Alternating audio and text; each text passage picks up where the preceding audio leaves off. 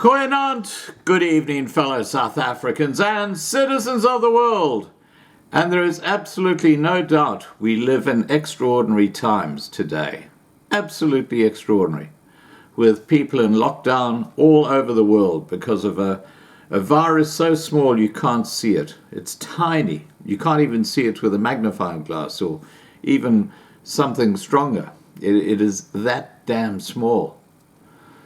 And when you look at how the world is reacting to it, it's quite extraordinary too, because this lockdown is literally destroying the economies of many countries, and many countries will not recover for a long, long time. I made the point that here in Australia, we got something like 27 deaths from coronavirus or COVID-19, whatever you want to call it. The Australian government is going to be spending about close to $1 trillion Australian dollars to keep the economy going, afloat going forward. 27 deaths divided into $1 trillion, that's tens of billions of dollars per person who's actually died as a result of the coronavirus. If they did that for heart attacks, diabetes, flu, cancer, all these different ailments that people have, you couldn't do it. There's no way they could do it. So why the special attention with COVID-19 or the coronavirus is a great and growing mystery to me.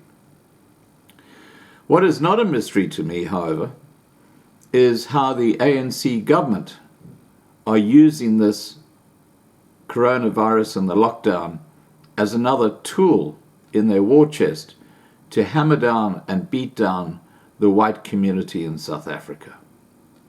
Those who've got little businesses, they're trying to operate, now they can't because they're in lockdown, and the black ANC government are going to do absolutely nothing to help the white population, who are basically the engine of the economy in South Africa.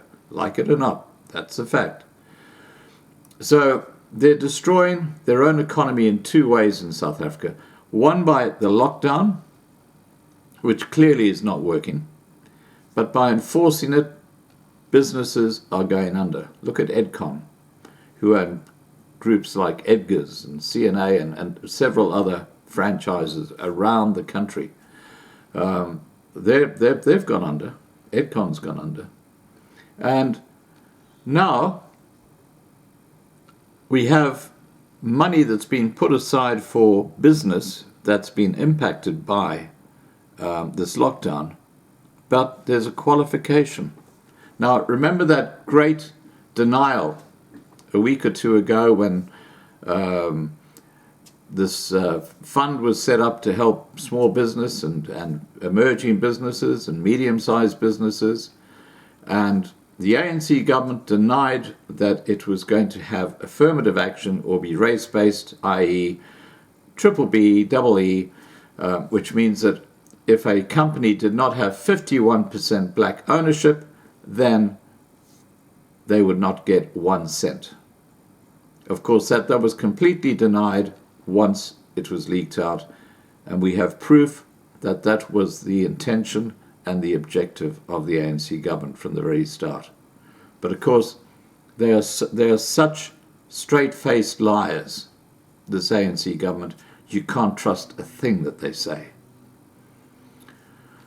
Right, talking about money to help small businesses.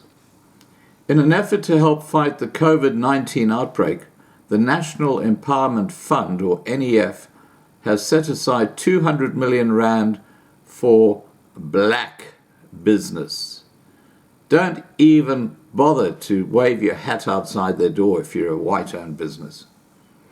More than 100 companies have already applied and their applications have been processed. Black entrepreneurs can apply for funding of between 500,000 rand and 10 million rand in concessionary loans to purchase machinery, equipment and raw materials and to fund other working capital requirements for the manufacture and supply of medical masks, sanitizers, dispensers, and related healthcare products. Now, I have to tell you that I have on good authority that the sanitizer market in South Africa is a scam. There's someone high up in the government who's pulling the strings there, and there's some questions being raised about how effective the sanitizer that's been produced by this group are. And of course, they get the preferential deals going into the hospitals and going into the health community and stuff like that, because it's called BEE, Black Economic Empowerment. And the person behind there, like the spider on the spider web, is black privileged. Yep, he's an ANC cadre, well connected. This is how it works in South Africa, the gangster state. Let's continue. NEF spokesperson Mumisi Motsepe said entrepreneurs will be accorded a 12-month repayment holiday to help their businesses stabilize, if you're black. Motsepe said the fund had received over 30 applications for equipment and working capital valued at more than 149 million rand. Now, if 10% of that money actually goes to what they're claiming it's going to go to, it'll be a huge step in the right direction when you look at South Africa's track record. The corruption that goes on, the misappropriation of funding, it is absolutely disgusting. Real joke. Anyway, Motsepe said the loans will be offered at 0% interest for the first year and thereafter 2.5% per annum. The loans will be repayable over a maximum term of 60 months. Motsepe said they have dedicated teams of seasoned investment professionals. Don't you love that word, seasoned? My gosh. You can't make this shit up. Only in South Africa. Okay, let's get back to this. Motsepe said they have dedicated teams of seasoned investment professionals to help expedite approval for eligible black entrepreneurs and to ensure a 2-week turnaround from the application to disbursement of the money following receipt of all relevant documents for commercially viable applications. He said the NEF targeted entrepreneurs from businesses that are already registered as suppliers with retailers and other institutions in good standing. Well, that's how it's supposed to work, but believe me, in reality, it's very, very different. It's absolutely sad.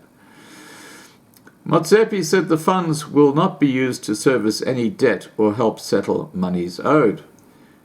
He said companies that qualify must be legally registered, be a taxpayer in good standing with a valid tax clearance certificate at assessment, as well as before the loan is disbursed, be a current and registered supplier with retailers and other institutions in good standing, or have a purchase order contract letter of intent. Now, you know how that works, don't you?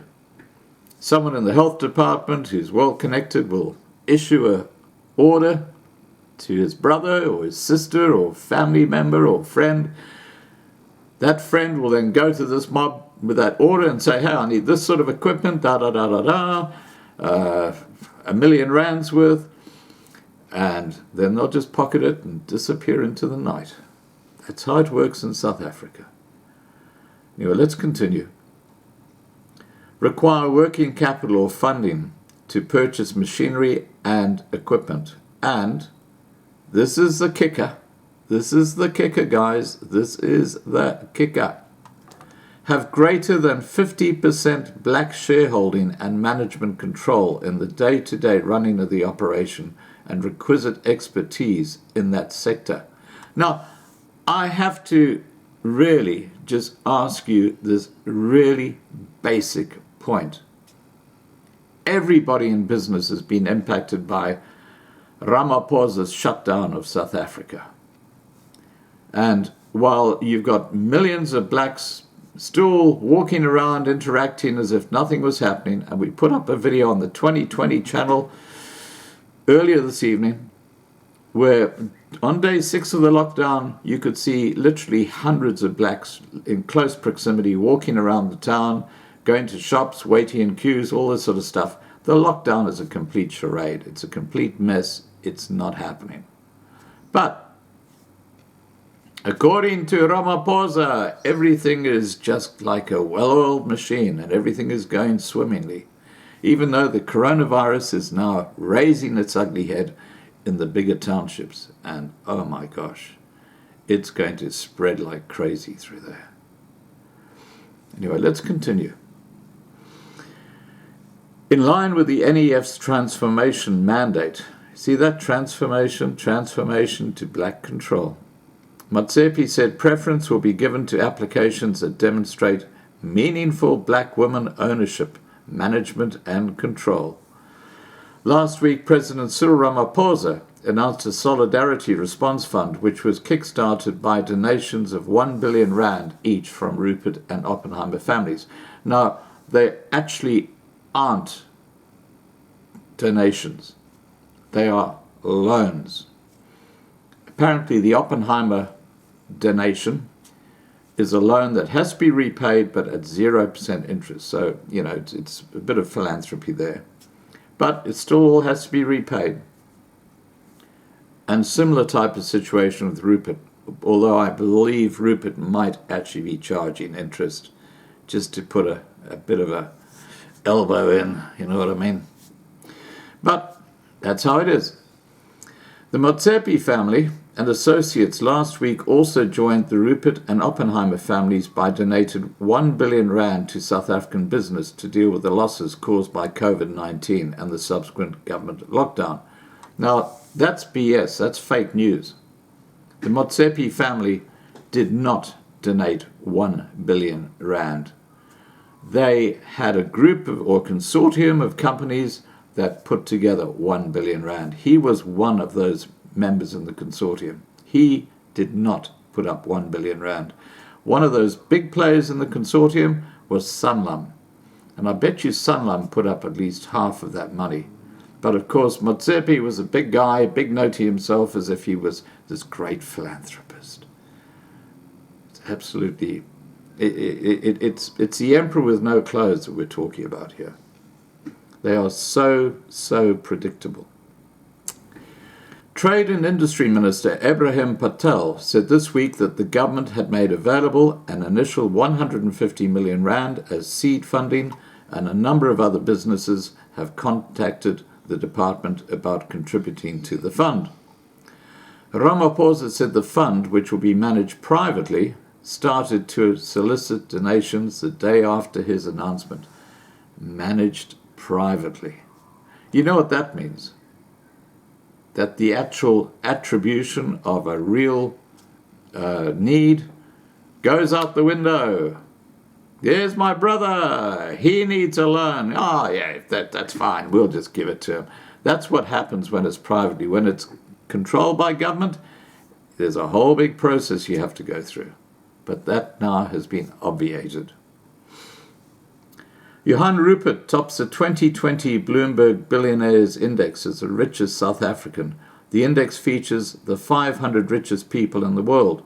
South Africa's 3 representatives, including Rupert, who's ranked number 242 in the world, with a net worth of $7.38 billion US, or 131.91 billion rand. And the value of those rands are going down by the day. Yeah, it's about 18 rand 50 to the US dollar today. Second is Nicky Oppenheimer at number 243. He sold his family's 40% stake in De Beers, the world's biggest diamond producer, to mining company Anglo American in 2012 for 5.2 billion rand, 92.95 billion rand in cash. He maintains private equity investments in Africa, Asia, the US and UK through Stockdale Street in London and Johannesburg-based Tana Africa Capital. Patrice Motsepe is one of the world's 1,000 richest people. His net worth is estimated at $2.6 billion US, or 46.47 billion rand. Well, when it comes to Motsepe, here you have a classic example of black privilege.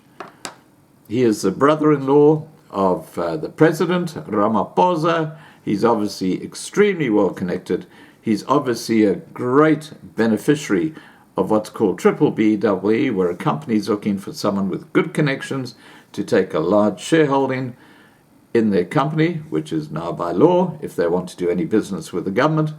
And of course, Motsepi's name comes up because he has connections. So, the 51% of Company A, worth, say, 100 million rand. Motsepi gets 51% just by signing a document and earns himself 510 million rand in shareholding because of the 51% clause, black ownership.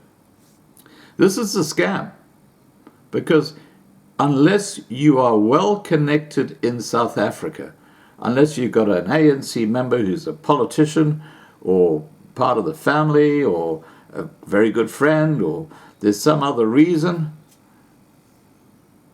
there's no chance in heck that you're even going to get a look in. The John and Lovers who live out in Soweto, they're never ever going to get a 51% shareholding in a company. This is called black privilege by that black minority, the new billionaires who are scamming companies to actually create their wealth.